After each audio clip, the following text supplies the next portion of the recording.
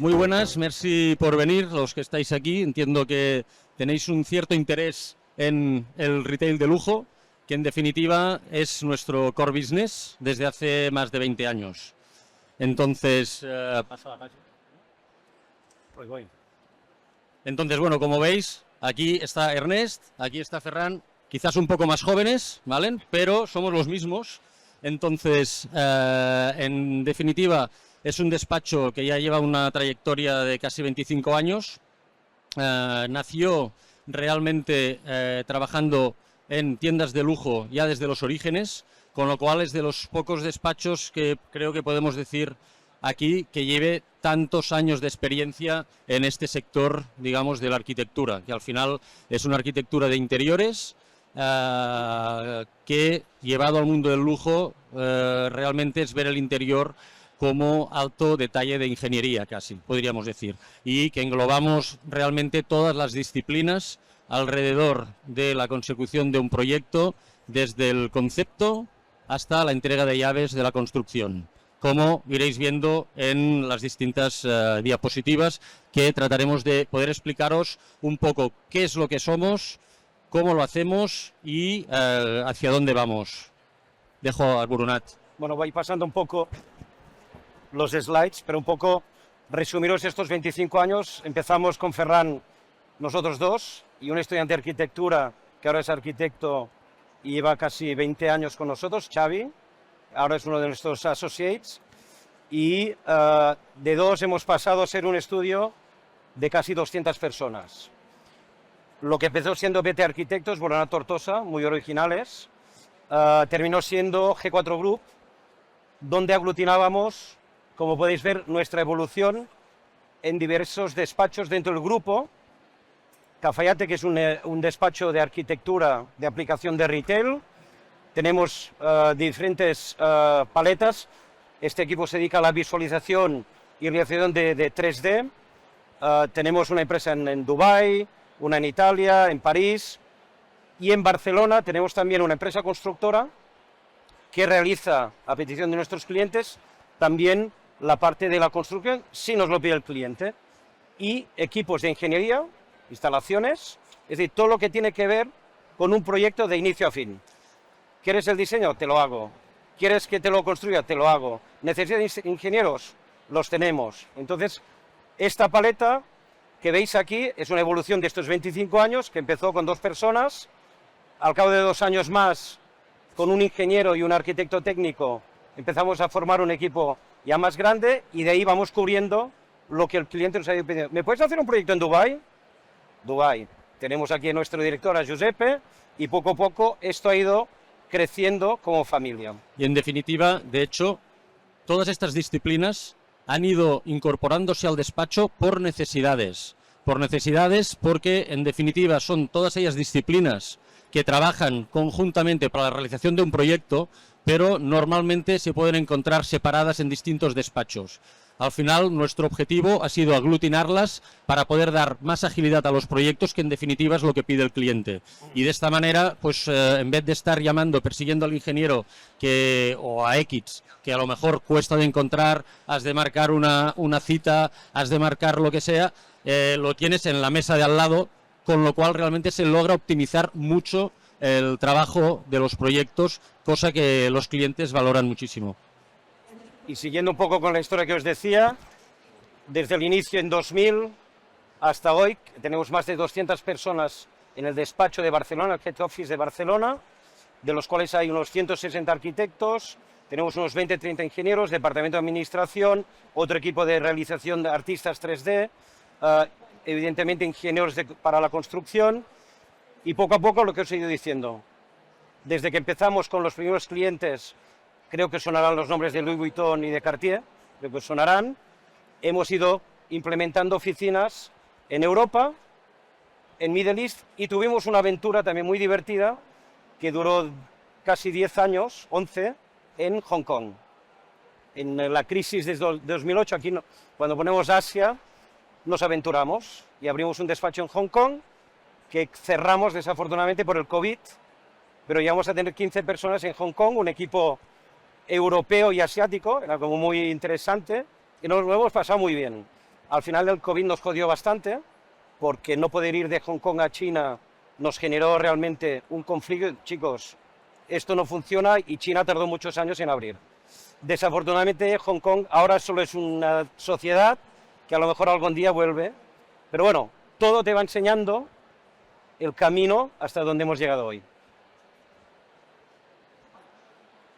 Entonces, en definitiva, dentro del despacho, lo que nos ha permitido, digamos, no solo evolucionar, sino también mantenernos durante el crecimiento, que es otra de las partes, vamos a decir, complejas dentro de la creación de una empresa, que lo que pide es ir creciendo. Una de las cosas que realmente nos ayuda son sobre todo los valores, y los valores que tratamos de aplicar tanto a nuestro equipo como en conjunto con los clientes. En definitiva, todos los clientes tienen sus cosas, son distintos, te piden las cosas de manera distinta, pero si tú eres sólido con los valores que transmites y eres constante y el resultado es el adecuado, en un momento dado realmente el cliente llega a valorar que aunque ellos funcionen de la manera que funcionen, si tú les das lo que necesitan, lo acaban apreciando, incluso adaptando ciertos de estos valores. Dentro de estos valores, lógicamente, el primero está la integridad personal, como personas. Al final, una de las cosas que con Ernest hemos dicho muchas veces cuando estamos reclutando, para nosotros es muy importante realmente la sensación de que la persona realmente es persona, tiene sus valores y que realmente acompañará al proyecto de la manera que nosotros lo vemos. A partir de ahí, lógicamente, entra toda la parte profesional que normalmente ya viene muy ayudada de esta primera parte. Es decir, no se entiende esta segunda parte como un 10 con un 3 en la primera. No existe. Y así lo hemos visto nosotros, lo hemos leído desde el principio y lo que intentamos siempre es captar este tipo de personal y de gente que quiere venir a trabajar con nosotros que realmente pueda compartir estos valores. Dentro de todo esto, una parte, esta parte más personal, y luego, lógicamente, hay todos los otros elementos que para nosotros son importantes, como el tema de la innovación, la sostenibilidad, trabajo en equipo y excelencia. No quiero pasar rápido, pero si no, será... Lo digo porque son realmente elementos que hoy conocemos todos mucho, y son elementos que nosotros tenemos muy en cuenta. Realmente, pues a nivel de innovación, ya hace más de un año que tenemos pues un departamento intentando generar todo aquello que podemos con la parte de inteligencia artificial y apoyando a los distintos equipos para poder proveer todo lo que puedan necesitar en la medida de lo posible y de lo rápido que va la inteligencia. A nivel de sostenibilidad, no solo la aplicamos en el despacho, lógicamente, con todo el tema de reciclaje, etcétera, etcétera, y proximidad, sino que en los proyectos lo aplicamos igualmente, dependiendo siempre también, en gran parte, según lo requiere el cliente o no. Si requieren algún tipo de sello LEED, algún tipo de BREEAM, etcétera, etcétera. Lo tenemos in-house también, con lo cual también lo podemos preparar. Luego fomentamos mucho precisamente el trabajo en equipo. Una de las cosas que nos dicen muy a menudo es que siendo arquitectos, sin meterme con el sector que soy arquitecto, somos unos arquitectos realmente muy humanos, en el sentido de que hacemos trabajar a nuestro equipo, ponemos a nuestro equipo por delante, mandamos a nuestro equipo realmente a tratar directamente con el cliente, porque es, en definitiva, la primera vez van a equivocarse o van a cometer errores, pero en definitiva, este señor y yo aprendimos cometiendo muchos errores. Y al final, en definitiva, lo que nosotros queremos, lógicamente, es que la gente que viene, sobre todo, aprenda a realizar las cosas como estamos acostumbrados a hacerlas, que es como nos lo pide el cliente, razón por la cual repiten, y esto pasa por este trabajo en equipo, que realmente es muy importante. Bueno, yo creo que de todo esto, pequeños tips míos, la transparencia, como dice Ferran, todos nos equivocamos, todos hemos aprendido a conducir y todos hemos aprendido a hacer proyectos. Sobre todo lo importante es que la gente que nos acompaña en el camino reconozca que se ha equivocado. Nosotros no gritamos, no es un despacho en que los jefes, ni nosotros, ni los jefes de equipo, nadie grita, está prohibido, porque nos equivocamos todos, desde el primer minuto. Y para mí, La transparencia quiere decir, Ernest, Ferran, mira, tengo este pollo, tengo este lío, y lo buscamos la solución entre todos. Porque Mejor si vienen ya con la solución. Todo se ha y dicho. esto es lo que vamos aprendiendo a, bueno, ¿y tú qué harías, no? Y a partir de ahí otro tema que creo que es importante, y si no, no pasaremos de este slide, cuando hablamos de excelencia, creo que es un punto muy importante. Como os podéis imaginar, para el tipo de proyecto que estamos haciendo, nuestro cliente es muy exigente. Y hemos llegado a un punto de calidad en que se nos reconoce a nivel europeo en este sector por el grado de detalle. Hemos tenido grandes maestros, aún me acuerdo cuando vino Apple Store, hicimos todo el rollout de España de Apple Store, aprendimos mucho con los americanos. Procesos, metodología, nivel de detalle, y esto yo creo que es un punto que hemos ido integrando con los años. No es que el primer día fuéramos excelentes ya, lo hemos ido aprendiendo e integrando en nuestros proyectos con el tiempo. Con lo cual, ahora a veces pasa que dices, bueno, este plano mándalo. Y te queda mirando un tío que lleva 15 años con nosotros y dice, esto hace 10 años no me lo decías. Me decías que este plano estaba mal. Bueno, la prioridad es otra. Pero hemos ido integrando en todos los equipos este nivel de exigencia que empezamos a transmitir hace 20 años y que muchos jefes de equipo que llevan 15, 18 años con nosotros transmiten a sus equipos. Y esto para mí es muy importante. Perdona, que te he interrumpido. Bueno, en definitiva, esto, Arquitectura 360, no deja de lógicamente mostrar en esta diapositiva lo que estamos viniendo diciendo. Tratamos de hacer realmente el proyecto desde cero hasta el final y dependiendo de lo que nos pide el cliente, le haremos el quesito que nos pida. El proyecto está compuesto con distintos quesitos dentro de la arquitectura, la ingeniería, la infografía, el diseño, la arquitectura técnica, el PM, BIM, iluminación y mobiliario. Nosotros, dentro de todas estas distintas fases, o vamos a llamarle quesitos, podemos hacerlo o por partes o todo completo. Con lo cual, realmente damos una flexibilidad al cliente que es difícil de encontrar hoy en día. Bueno, el estudio, yo creo que aquí es un poco lo que ya os hemos dicho, los 25 años. Ahora mismo entre todos los despachos estamos alrededor de 280 personas, si incluimos Italia, Dubái, Francia y Barcelona y Madrid, que tenemos un estudio en Madrid también.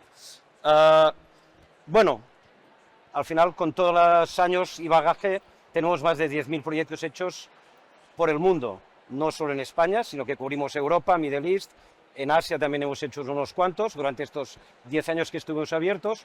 Y cuando hablamos de 28 nacionalidades, no sé si son 28, 29, 35 o 15. Hay gente de todo el mundo. Europeo, también tenemos en Dubái, por ejemplo, gente de India, y evidentemente desde hace unos años tenemos mucha gente que llega de Latinoamérica, argentinos, uruguayos, realmente nos hemos ido... Franceses, tailandeses, italianos, de todos lados. Para que no las diremos todas. Dicho esto, mexicanos, dicho esto, evidentemente, como os podéis imaginar, por el tipo de cliente que tenemos, lo mínimo es hablar español e inglés. Idealmente también catalán, porque nosotros somos nuestra madre, la lengua materna es catalán, y a partir de ahí, cuando digo lo mínimo, evidentemente hay gente que habla italiano, unos cuantos, francés también, unos cuantos, y evidentemente valoramos mucho porque es muy importante, tenemos gente que habla alemán, árabe, es decir, al final nuestros equipos, y lo que valoramos cuando buscamos gente, es que al menos hable inglés y español. Cualquier valor añadido que sea en más idiomas, maravilloso, ¿no? Por eso, no solo es nacionalidades, sino que es muy importante cuando buscamos gente, este perfil muy internacional. Gente que le guste viajar, que esté habituado a viajar, que valoramos mucho que tenga esa capacidad de relación, ¿no? De moverse y relacionarse con la gente, porque al final, cuando vas a París, tus clientes llegan de muchos sitios del mundo y esto para nosotros es muy importante. Bueno, estos son las sedes, Barcelona, Torino, Dubái, París y Madrid. Antiguamente estaba también Hong Kong, pero como ya ha comentado Ernest, pues ahí se quedó con el COVID. Entonces, lo que estaba comentando Ernest, solo para añadir un tema más, el hecho de tener tantas nacionalidades también nos permite entender mucho al cliente en sus distintos países. En cada lugar el proyecto o el resultado del proyecto es el mismo, la manera de llegar a este objetivo no necesariamente es la misma.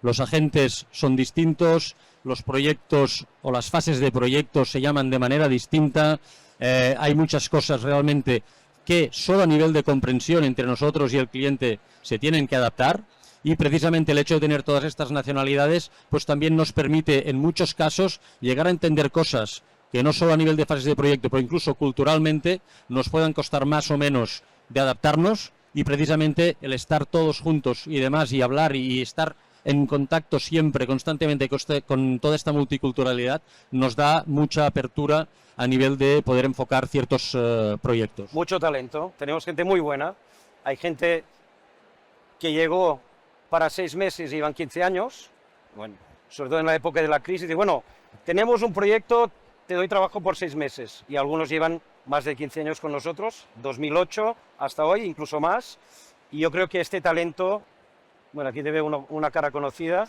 yo creo que este talento se va formando, cada uno a veces empieza en un tipo de trabajo y por sus características evoluciona, y esto es también una realidad, y se mueve de dentro del grupo a diferentes, digamos, empresas O disciplinas. y disciplinas. Y bueno, yo creo que esto ya es lo que hemos hablado del 360, en el que damos cobertura, digamos, a cualquier proceso que nos pide el cliente y tener una visión global. ¿Qué bueno tiene?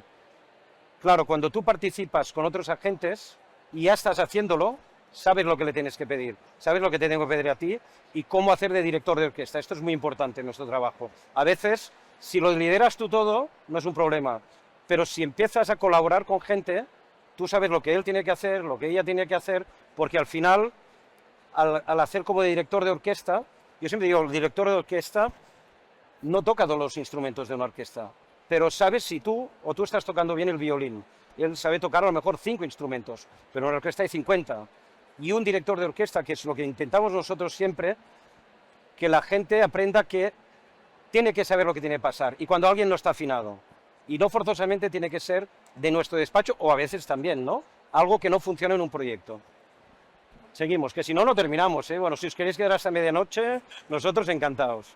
Bueno, esto básicamente, especialización está claro, estamos especializados en retail de lujo, y precisamente este tema nos ha llevado también a estos últimos años a abrirnos a todo el tema de hospitality, también de lujo, nicho en el que estamos desde hace unos 5 o 6 años, empezando a trabajar y entrando con mucha fuerza también, ya que es un nicho que en cierta manera está muy ligado a tipo de proyecto, timings ajustados, etcétera, etcétera, a lo que es el retail. En el retail hemos aprendido a llevar la excelencia al detalle, a llevar el timing al día y a ajustar los precios al máximo. En el hospitality no deja de ser una rama en la que estos 3 elementos te los piden con la misma intensidad. No digo que los otros nichos no tengan este triángulo, lo tienen por descontado, pero la manera como se trata es muy distinto. Las presiones van en otras direcciones. En nuestro caso, por esto hemos puesto el tema de especialización, retail de lujo y entrando para todo el tema de hospitality, multidisciplinar, lo hemos hablado. Importantísimo, las relaciones a largo término. La realidad es que nos cuesta mucho que nos abandonen los clientes. De hecho, no nos abandonan y para nosotros es una muy buena cosa, pero al mismo tiempo es un challenge, ya que seguimos ganando clientes y hay que ser capaces de ofrecer el mismo nivel de servicio. Y esto es algo que no es evidente, pero que lógicamente trabajamos para que así sea. Y de la misma manera que tenemos esta relación a largo término con nuestros clientes, también tratamos de potenciar con la gente que viene motivada a trabajar y con ganas de tirar el despacho adelante como nosotros, pues lógicamente también de tener esta relación a largo término, porque al final acaban siendo un activo del despacho tan o más importante que nosotros mismos, y más cuando van de cara al cliente, van a vender, van a resolver problemas y los van realmente a hacer todo aquello que en definitiva empezamos haciendo nosotros, pero que ahora hemos tratado de transmitir. Bueno, yo creo que hay una frase que nos gusta decir: ganar un cliente es muy difícil, perderlo es muy fácil. los que llevan 20 años contigo te aceptan un error, dos, pero el tercero no. Y es por eso que tenemos que mantener este nivel. Ganarlos cuesta mucho, perderlos es muy fácil. 3 errores. Si el cliente es nuevo, te acepta uno. Segundo, ya no te lo acepta. Entonces, por eso insistimos tanto y transmitimos tanto a nuestros equipos que realmente este nivel de excelencia, de servicio, de buena relación con el cliente es clave. Porque si no, no habríamos empezado 2 y 20 años más tarde seríamos 200, ¿no? Esto yo creo que es uno de los trucos y que evidentemente hemos sabido transmitir a los primeros 20, 30 que crecieron, que ahora son gente que tiene responsabilidad en el despacho y que ellos mismos van transmitiendo, ¿no? Y esto es un punto muy importante. Calidad, etcétera, etcétera. Bueno, clientes, vamos aquí a los titulares. A ver si alguien conoce alguno de estos. Bueno, al final, como podéis ver, son, yo diría, los 3 grupos más importantes a nivel de retail de lujo. Trabajamos tanto para el BMH, con su buque insignia Louis Vuitton, entre otros, con el grupo Kering, con Richemont, con su grupo insignia con Cartier, además de todo el resto. Y luego tenemos parte del lujo independiente, con Chanel, ahora entrando con Hermès, Burberry, Loewe, etcétera, etcétera. Y luego hay el Sport and Lifestyle, que lo tenemos en definitiva porque nuestra rama en Italia realmente se ha especializado mucho también en esta parte, realizando las tiendas para el Manchester City, para el Bayern de Múnich, para tantos equipos en Europa, realmente a través de las firmas, sea Puma, sea Adidas, etcétera, etcétera. Entonces están muy especializados en esto también. Y luego, finalmente, pues tantos otros que haciendo todo esto, pues también nos ha llevado a trabajar en su momento con Apple, cliente muy importante para el despacho, como otros también, Uniqlo, H&M, Desigual, Lego, Espresso, Rituals, que sin ser específicamente lujo, realmente lo que tratamos es de aportar el máximo de nuestro conocimiento para también optimizar sus procesos. Y de hecho, de aquí hemos aportado cosas aquí, pero trabajando con el hard retail también hemos aportado cosas aquí. Es decir, que en definitiva, ampliando aquest ventall, este abanico de clientes, pues nos ha permitido que unos alimentan al otro, ¿vale? Bueno, al final creo que ahora todos hemos oído hablar de si en algunos momentos, por ejemplo en China, ha habido un bajón, ¿no? Un cambio de mentalidad del cliente de lujo. Hay momentos en que estos últimos años, cuando empezamos en China, os pongo un ejemplo rápido. El otro día estaba en Dolce & Gabbana con un amigo y el director a esa época de Worldwide Director de Arquitectura, amigo también, me digo, bueno, pues total, en China abrimos juntos 15 tiendas. Y se me queda mirando y dice, no. Cuando tú abriste el despacho en China, 2009, Dolce & Gabbana tenía 7 tiendas en todo China. Cuando terminamos el rollout había 70, de las cuales tú hiciste más de la mitad. 70, es decir, el mundo del lujo tuvo su gran eclosión en China y nosotros lo vivimos parcialmente. Ahora que está establecido, evidentemente el cliente tiene sus más y sus menos y hay grandes mercados. Yo creo, por ejemplo, ahora no es una tendencia, pero todos sabemos que hay una guerra y un conflicto en Middle East. Y solo por la falta de visitantes en toda la región, las ventas han caído un 40%. Si Middle East es el 30% de tu facturación anual, pues ya sabemos cuánto ha bajado en todas las marcas. Entonces, el sector, hay 2 cosas. Uno, el cambio de hábitos del cliente, que yo creo que es una parte importante, y otro, que es los conflictos, que tienen un cierto impacto en esta, digamos, situación global. Pero siempre hay una cosa que nos gusta decir, que es que el dinero, como la energía, ni se crea ni se destruye, se transforma. Y entonces, si hoy lo que va mal es el mercado de Middle East, el tío se lo gasta en US, y Estados Unidos va bien. Y si no es US, es China. Y si no es China, Europa, que es siempre un mercado muy sólido, ¿no?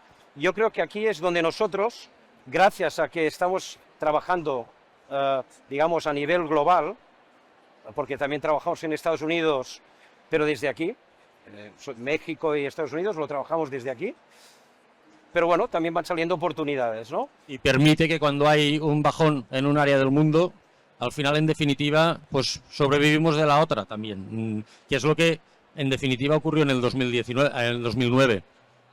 Cuando aquí estaban las cosas como estaban, fue cuando precisamente fuimos para China y nos permitió sobrevivir directamente.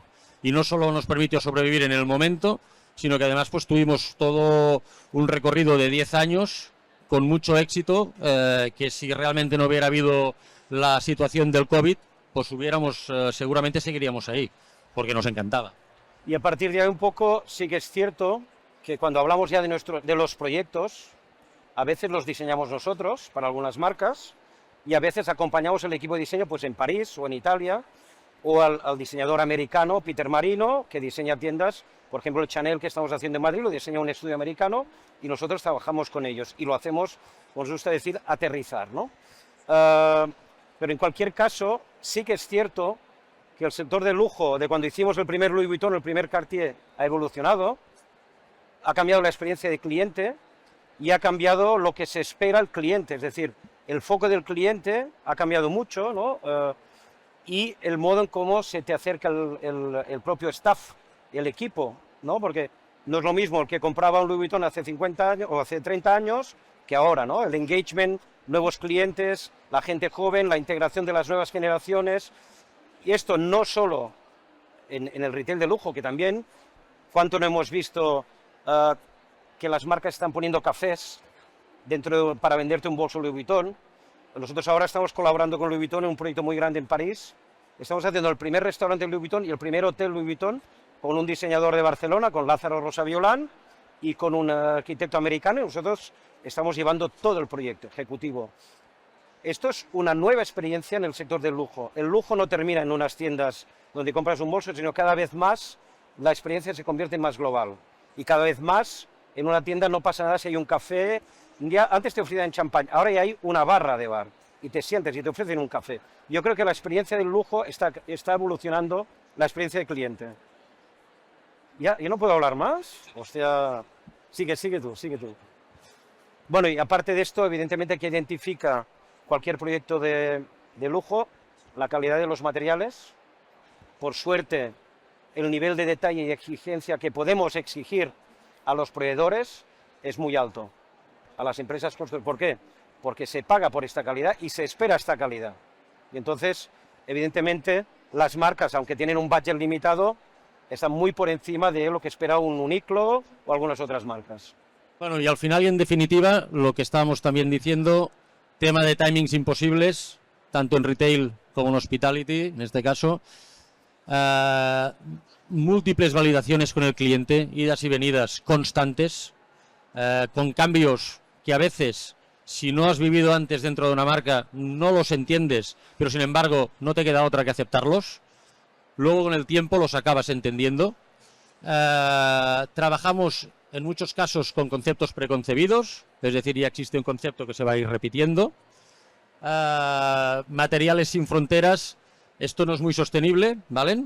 Con lo cual, la verdad es que hasta la fecha se trabajaba con materiales sin fronteras, pero cada vez más las firmas nos piden el local sourcing, etcétera, etcétera, con lo cual realmente es, si antes estamos acostumbrados a traer lo que fuera de donde fuera, porque así nos lo pedían, el mismo que nos pedía esto hace 10 años, hoy en día nos dice, no, yo quiero esto, pero me lo encuentras allá. Bueno, ahí estamos, confidencialidad total, cuando se está trabajando en un proyecto, cualquier leak de información, imagen que pueda salir de la obra o lo que sea, puede generar un conflicto realmente muy importante.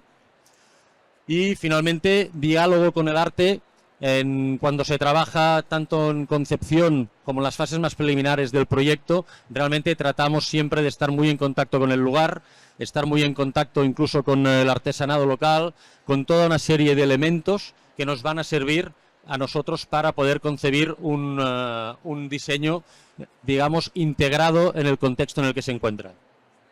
Yo creo que se ha parado. Bueno. Luego, a nivel de procesos, lógicamente, y para entender básicamente lo básico, los proyectos parten de una parte de brief que nos da el cliente, con este se realiza un primer diseño, se validan y se preparan los permisos, se prepara toda la documentación técnica, se construye y se entrega. Faltaría la parte del primer año donde se ve todo lo que ha ido bien y todo lo que ha ido mal. Y de lo que, por descontado, si se está ahí, se aprende. Y trataremos de que no vuelva a ocurrir. Y este es un poco la manera, digamos, de enfocar los proyectos. Yo diría que la parte más especial o diferente de cualquier proyecto de arquitectura es esta primera fase, de concepto, aprobaciones internas, cuando proponemos materiales para una sala y el board o el top management dice no, esto no me gusta. Cuando planteamos, por ejemplo, alguna fachada en Tokio, las aprobaciones que pasan, toda esta parte es muy divertida o interesante, lo otro no deja de ser procesos quizás ya más conocidos dentro del mundo de la construcción. Aquí es donde la experiencia de nuestro despacho es la aportación que valora nuestro cliente. El resto, ya hay más gente que puede hacer esta parte del aterrizaje es mucho más difícil. Y crear y concepto y entender la filosofía de la marca es diría una de las partes que nos agradece mucho o valoran mucho nuestros clientes. Bueno, en definitiva, estos son básicamente 3 ejemplos de tiendas que son conocidas aquí en Barcelona, como la Apple Store de Paseo de Gracia. También se hizo, lógicamente, el de Maquinista, como tantos otros en España. Luego el Adidas también en Paseo de Gracia y Cartier en Paseo de Gracia. En Paseo de Gracia habremos realizado hasta la fecha unos 40-50 proyectos, porque incluso hay locales que los hemos hecho 2 y 3 veces. Con 25 años da para repetir, ya que la vida útil de un negocio, de una tienda, acaban siendo entre estos 5 y 10 años. Con lo cual en 25 ya estamos en el tercer ciclo de muchas de estas tiendas que hemos hecho y que seguimos haciendo y repitiendo con los clientes. Yo diría que nuestro origen era España, era nuestro mercado, y poco a poco el cliente, ¿puedes hacerme la tienda de Lisboa? Venga, buscas el equipo para hacerlo y haces Lisboa. ¿Puedes hacerme Casablanca? Bueno, pues nos vamos a Marruecos. Es decir, hemos ido creciendo porque el cliente también te lo pedía, pero donde realmente nuestro inicio fuerte fue España, hasta que un día cuando abrimos China dijimos, si nos vamos al otro lado del mundo, ¿por qué no va a hacer un proyecto en París o en Italia? Y ahí fue un poco donde hicimos el salto. Pero es verdad que, como ha dicho Ferran, en Paseo de Gracia 40, en Serrano y Ortega y Gasset 30. Es decir, todas estas marcas las hemos ido haciendo, algunas ya por tercera vez. Bueno, algunos ejemplos. Este caso es diseñado en el despacho.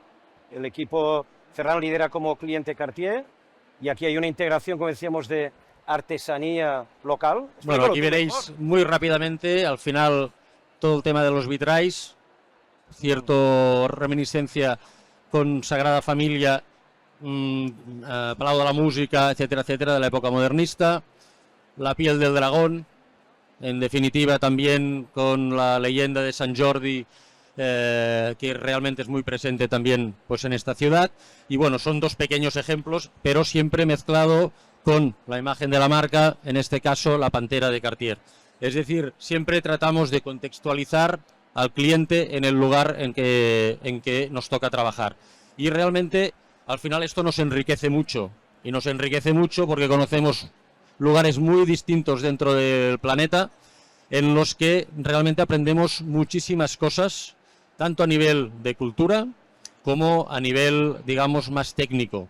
Entonces, yo creo que esta es una de las partes que en el despacho la gente puede llegar a valorar más, como decía Ernest en su momento, a quien le gusta viajar, a quien le gusta conocer distintas culturas, a quien le gusta y tiene curiosidad para entender cómo se hacen las cosas aquí, allá y en todos lados. Realmente es un despacho multinacional que permite conocer todas estas partes del negocio y que creemos que cada vez más es importante, aunque luego en un futuro se quiera trabajar solo aquí, pero te da una apertura de miras que te va a permitir, incluso trabajando solo aquí, tener unas respuestas que no las tendrías si no has podido ir a ver el extranjero. Yo voy pasando proyectos porque es que si no lo terminamos ni mañana, pero habéis visto el Burberry de paseo, es una tienda maravillosa que hicimos para Dior en Qatar, antes del Mundial, una fachada de 20 y pico metros, una persona, con todo, esto imita las arrugas de la ropa, de un vestido, son unas lamas de Corian,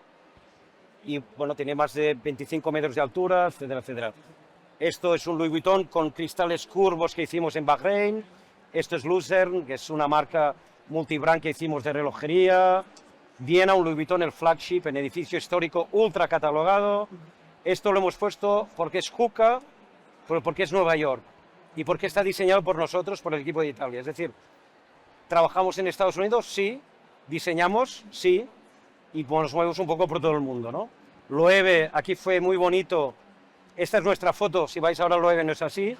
Aquí recuperamos, entonces es un edificio catalogado de Domènech i Montaner, y aquí estaba la entrada del edificio, y con patrimonio, es un bien catalogado nacional de Cataluña, recuperamos la entrada original, y todo esto, que parece hoy, y ves a los turistas sacando fotos, tiene 14 años, ¿de acuerdo? Pero con un artista haciendo los bocetos sobre la base de fotos originales del edificio, reproducimos las flores, la columna y recuperamos otros elementos. Nosotros nos lo pasamos muy bien y es un orgullo porque era un paso más. En los años 40 el modernismo estaba totalmente denodado, digamos, o denostado, y un arquitecto, que no diré el nombre, pero lo sé, se cargó todo esto.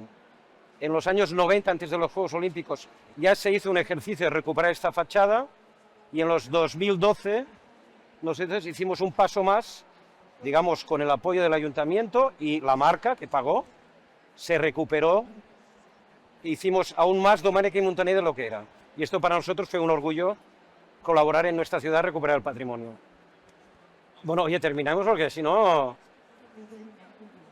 Viajar, es que muchas cosas las hemos dicho ya, ¿eh? Lo más importante, en definitiva. Es decir, si os gustan todo lo que habéis escuchado, si realmente tenéis motivación para todas estas cosas que os hemos explicado, si realmente os gusta viajar, os gusta la multiculturalidad, os interesa el tipo de, digamos, de proyecto que estáis viendo, dentro de todo este espectro de elementos que habéis visto, pues ya sabéis, llamáis a la puerta que seguimos reclutando todo el día, ¿vale? No, pero es importante, la realidad es que buscamos gente motivada y que realmente le guste este tipo de trabajo. Es un tipo de trabajo muy específico dentro de la arquitectura, no es fácil tampoco para nosotros encontrar gente que realmente se quiera dedicar a ello con la intensidad que requiere, pero si es algo que os atrae y os motiva, la puerta para la primera visita está más que abierta y os recibiremos con mucho gusto. Muy bien. Muchas gracias.